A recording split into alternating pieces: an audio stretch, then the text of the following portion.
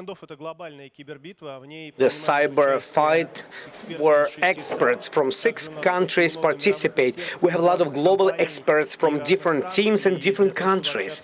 And in order to communicate with our next guest, Costin Raiu, I will switch to English. Hello. Can you hear me? This is Costin Raiu, great director of Global Research and Analysis team at Kaspersky Lab. A good friend of mine. We used to work together for 9 years, some years ago. How are you? How it's going on? All good. Thanks for asking. It's still a bit like the last days of summer in here, so it's sunny outside. It's still warm, so the winter hasn't really settled in. So we still have a bit of time before, let's say, the true days of snow, mud, like the gray comes. Where are you based, Costin? Where are you talking from?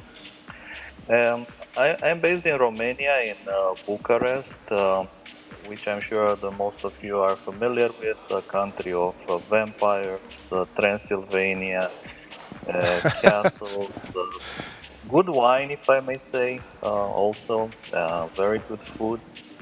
Everybody, of course, is kindly invited to visit if Why I'm asked? Situation allows. Why I'm asked? Because you started explaining about the weather, about the last summer days. We have 0 degrees Celsius in Moscow now. So it's pretty dark and it's pretty cold. But nevertheless, our cyber range going on. So, we started Thursday last week, and today is 5th day of our cyber range. There is the whole competition between the attackers and defenders. There is more than 200 experts from 6 countries across the world, and we've seen a lot of risks which already worked out on our cyber range, and 17, as I remember, risks worked out just last night. So it's really a lot. We haven't seen so far the kind of thing we are going to talk with you on our cyber range, and the topic for our discussion is ransomware. So maybe some of the attackers used ransomware, but I haven't heard this news from the reports. So Costin, tell us about the ransomware, what it is, and when did it start? I think ransomware is probably something that everybody has heard of these days. It's all over the news. So definitely a subject that attracted a lot of attention during the last years. If we kind of try to remember how it all started, like there's all these memes on the internet, how it started, how it's going. There's actually an interesting paper that was published back in 1996. That's a lot of time ago, right? It's more than 24 years 1986? ago. 1996, actually. 1996, yeah. 2 researchers called Adam Young and Moti Jung. They published one of these academic papers that was called Cryptovirology, Extortion-Based Security Threats. So I guess the idea with this paper was to kind of prove and maybe to warn that it's possible to create a Trojan, worm, or virus that antivirus product will no longer be able to remove from the system.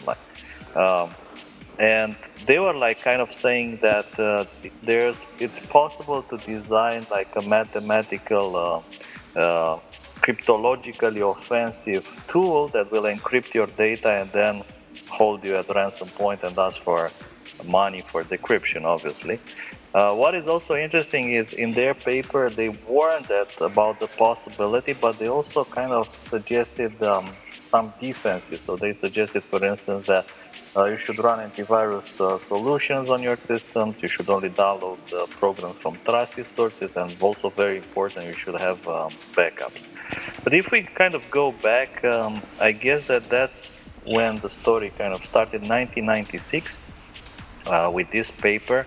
The paper, to be honest, may have gone kind of unnoticed until around 2004, something like this, 2004, 2005, which is actually when some of the first true ransomware appeared, such as GP code. And GP code was the first real world implementation of a ransomware attack. So, like, not just proof of concept, but a working attack. And people were actually hit with GP code. And of course, that's another very, very cool story all alone by itself. But this is, I guess, pretty much how it started, and we all know how it's going. So it's pretty long story, and I know that the far we go, the more harmful it is. Can you tell the most known, most famous, or most harmful hidden incidents that we heard over the years? Yeah, for sure. I guess there's maybe possibly the most famous ransomware in history, in my opinion, would be WannaCry.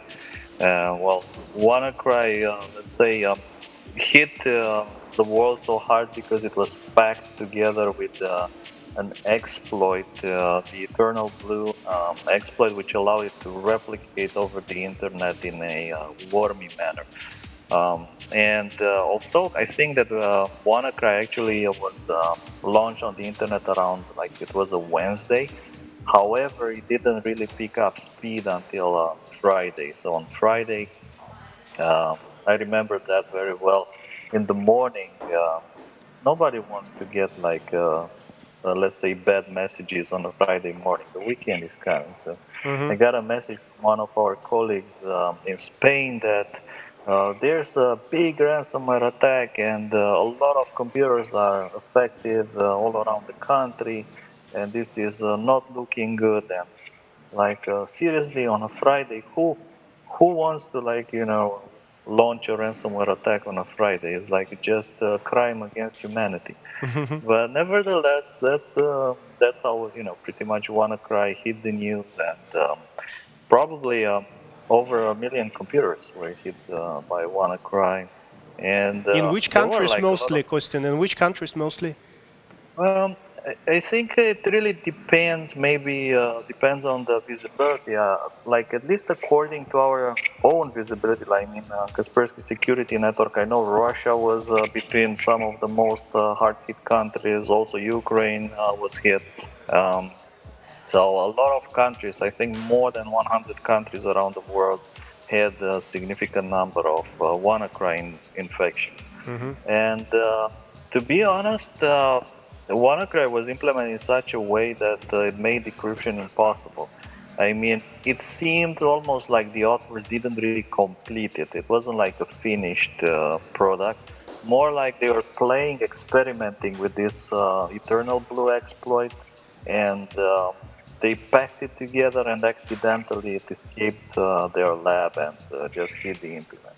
So as far as I know, like, although they were asking for a ransom of about maybe $300 back then in bitcoins, the value nowadays would be much, much higher, of course, given how Bitcoin has grown. But people paid, so there were many, many people who paid the ransom, and according to my knowledge, nobody got the decryption keys simply because there was no way for them to get it back. Like, there was no, let's say, mechanism for the authors of WannaCry to deliver this decryption key, which is maybe what sets it apart from today's attacks, which are much more kind of customer oriented. So there's, like, all these long negotiations between victims and the attackers, which I guess make them different. So yeah, WannaCry was for sure one of the largest ransomware attacks in history, probably the most famous attack in history. Do we know the attacker? Where they found? Yeah, it was actually quite interesting that in the very early beginning, people were scrambling to try to find the links. Who is behind this huge attack? Same for us. So I remember this was on a Friday, so I worked all the way, like, till the night, and then I worked on the Saturday, Sunday, and it wasn't until Monday, evening, maybe around 8 p.m. my time, that a researcher from Google, Neil Mehta, published a cryptical Twitter message with two hashes and offsets for those hashes. And of course, when people saw that, they were like, yeah, obviously. And of course, other people said, what's going on with these hashes? But what he pointed in that message was a code similarity between WannaCry, an early version of WannaCry, and a malware from the famous Lazarus group that was used in the Bangladesh bank heist. So for those who don't know, the Lazarus group is an advanced persistent threat group who's been operating for a very long time. They kind of became famous for this Bangladesh bank heist in which they tried to steal $1 billion. Um, uh, Fortunately, the attack was stopped because of a small mistake they did, and in the end, most of the money were recovered, maybe except for about $40 million or something like that. And WannaCry was, let's say, attributed or connected by Google through this message to the Lazarus group, something we were quick to confirm as well. And maybe about a month later, the NSA, the US National Security Agency, also confirmed this connection that Google identified, and we also confirmed. Okay. Some of the other famous ransomware. I guess that nowadays it's a bit different in the sense that, let's say, the new wave of ransomware that we are seeing nowadays is so different from what it used a couple of years ago, right?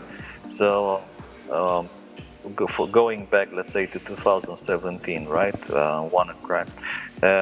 In 2017, all the ransomware attacks were mostly asking for small ransoms, like $300, $100, and the targets were mostly home users. So friends of mine, like even colleagues of mine from high school, they got infected. The criminals encrypted their family photos, personal documents, all this data. And From for PC and from mobile phone, from any kind of device, right? Yeah, mostly from their PCs. Also, we've seen attacks in which other kind of devices were locked. For instance, abusing techniques such as device recovery in the Apple ecosystem to just lock that device so you can't access it anymore. So that was like right some times ago. But however, at the end of 2016, this trend has changed significantly, and we started seeing the first targeted ransomware attacks. And these were like kind of completely different from what we've seen before. In the targeted ransomware attacks, the actors behind the attacks actually became sophisticated, advanced, persistent threat groups. They would, let's say, try to get access to a company or an institution, then slowly, just like in a red team pen testing effort, try to get more access, move laterally, get administrator credentials for that domain. And when they have like a total ownage of that infrastructure, only then deploy the ransomware. And ideally, they well, from their point of view, they deploy it at midnight or when nobody is watching. So the impact is so bad, and nobody is actually available around to stop it, that in the morning everything is encrypted, nothing works anymore, and then comes the bill. And the bills for these ransomware attacks in case of companies have been much higher than individuals. What Like level? What kind of numbers? Instead of $300 that I mentioned, a typical bill for a company could have been $300,000, and nowadays it can be as high as $30 million. So we know $30 million? You've seen the case? we know. We've seen cases where companies paid this kind of money. Paid? Paid $30 million in bitcoins. And there's actually an interview with one of the ransomware groups known as Raiu, also known as Sodino Kibi, in which they claim that during 2020, they made $100 million profit from these ransom notes. So that's $100 million, which is quite significant money, in my opinion. It's huge money. It's unbelievable money for such type of such type of work. Do you see, Costin, any changes in ransomware in relation to COVID in this year? Yeah, I guess this year was kind of tough pretty much from the beginning. Yeah, I remember maybe not so many people remember February or January. There were like these news of something some kind of a bad flu coming from Asia, and I remember myself flying back home from Canada in March, when it was still possible to fly without any problems. There were absolutely no screening, no temperature checks in all the airports.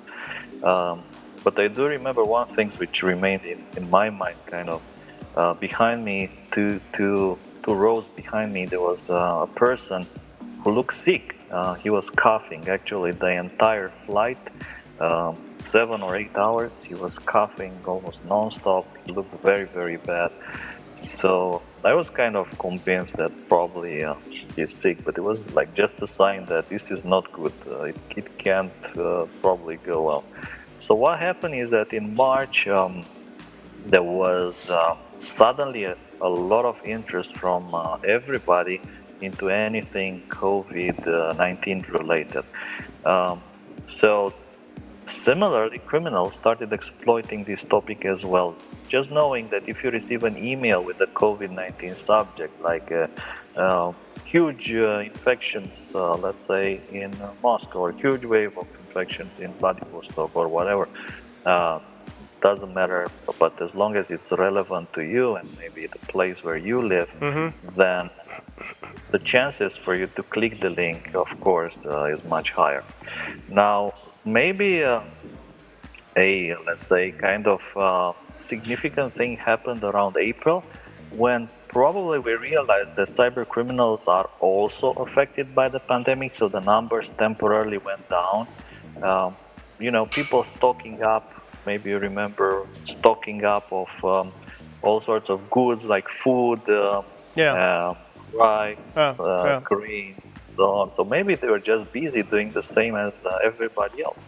So then like the situation kind of, let's say, got better, and the attacks again exploded, and we're seeing an increase of maybe about 25% in the number of new malware we receive every day here in Kaspersky compared to the beginning of the year. So around 25% Plus increase. 25% comparing to the previous year.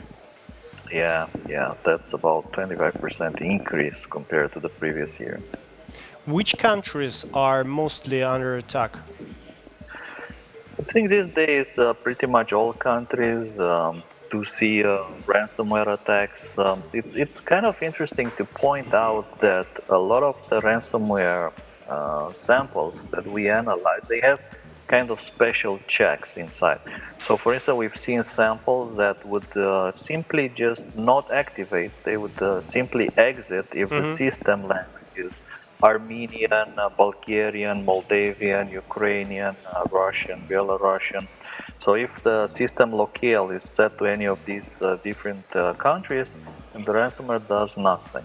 On the other hand, let's say if you're an entity in Europe, Germany, I don't know, Americas, then there's absolutely nothing stopping the malwares from activating, and perhaps that's why we see a lot of incidents coming from across the ocean, mostly from, I guess, the United States. That's where a lot of these ransomware attacks are successful, and companies do actually pay the ransom up to the point where the Treasury, the US Treasury, put together a kind of paper with recommendations on how to pay the ransom, which is instruction terrible. To make it simpler, right? How to make sure that you're not breaking the law paying the ransom, because even that. funding criminals is not good, right? Mm. But even that is a sign. It's a sign of how big this phenomena has become, and the fact that companies are paying the ransom, and again, hundreds of millions of dollars in bitcoins and other cryptocurrencies like Monero, which have much stronger privacy, are switching hands in these ransomware attacks. Yeah, pay or not to pay. So let's consider two cases. One of them, if you are the person, just a physical entity, and another, if you are the owner of the business, the company. Mm. Mm. So if you are the person, if you are scared, there's some photos, something, everything is encrypted on all your devices or most of the devices, and you are well guided through the instructions. This is the way for you to pay. So what to do? Well, if I may if I may comment this, my advice is do not pay.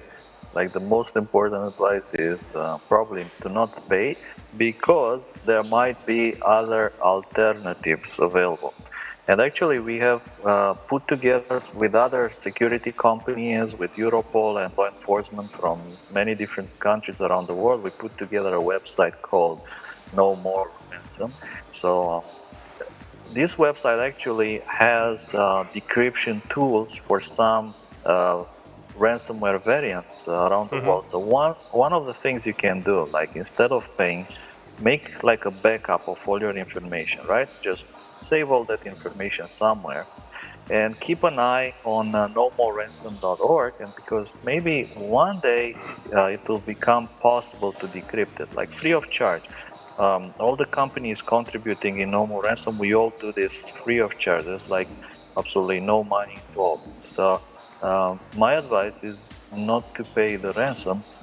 Instead, just try to wait and see if a tool will become available to decrypt your information for free. Okay, and if you are the company, the business. Well, the problem, like, it's much bigger for companies, and to be honest, there was a kind of a shift that we have started seeing probably massively last year only, when these attacks are no longer about encrypting the information, they are no longer about ransoming the data, but it's all about leaking your information. So before the ransomware gangs started stealing information and then threatening to leak it to the public if you don't pay, the ransoms were small. Like I said, were like maybe in the range of a few tens of thousands of dollars. However, the cyber criminals realized that information is power. You know, information is the new gold out there. And threatening a company to publish all their private information, all their customers' information, is a much more powerful tool than just encrypting their data. You know, with encryption for companies, it can be annoying. You have backups, you can restore from backups. Yeah. It will be painful, it will take some time, but you should be able to get back on track, right? However, with the customer information and private data the company has, like, you can possibly never recover from such a dump. And this is why I guess the ransoms have spiked so high in the range of millions of dollars for, let's say, big companies out there. And I guess that this is the most significant ransomware trend of this year, which is a transition from just encrypting the information to stealing the information and threatening to publish it on the internet. From practical experience, if you pay, does it guarantee that your data will be unencrypted? Um, Hard to say. Like from what I have seen myself, from what I've seen with my colleagues, as long as you can, let's say, keep in touch with the attackers, I've seen people receiving the decryption keys. At the same time, I've also seen attacks in which something, let's say, very simple happened. The attackers were using some privacy oriented email services. I don't know, like Tutanota or Proton Mail, and they were just, let's say, banned on that platform. So you lose like the ability to contact the attackers. Moreover, some of these services, for instance, they are banned in some countries, right? Like in Russia, it might not be possible to send an email to Proton Mail because the email could just be blocked. So there's like no way to have the conversation. So again, my advice is don't rush, don't pay. Instead, save the information if that is the case and try to wait. Maybe one day it will be possible to decrypt it for free. Thank you very much, Costin. I can't say it's optimistic recommendation or your forecast is optimistic because I see that the ransomware is growing, as you mentioned, 25% comparing to the previous year. They exploit the key topics actual for the people at the moment, like COVID. And so you made the beginning of the attack may start from the phishing email that you receive, and because of the topic is popular, so there's high probability that you will be reading and clicking something embedded. The project that Kaspersky Lab created, No More Ransom, as you mentioned, is for free, right? Yeah, absolutely. Free of charge, and you'll find a dozen different decryptors for known ransomware families in the end. So I wish you are not encrypted, and I wish you have a backup, at least 2, just for the case. Costin, thank you very much for sharing the expertise, and I'm going to see you tomorrow again, right? Yeah. Thank you, Vladimir. Great pleasure speaking to you.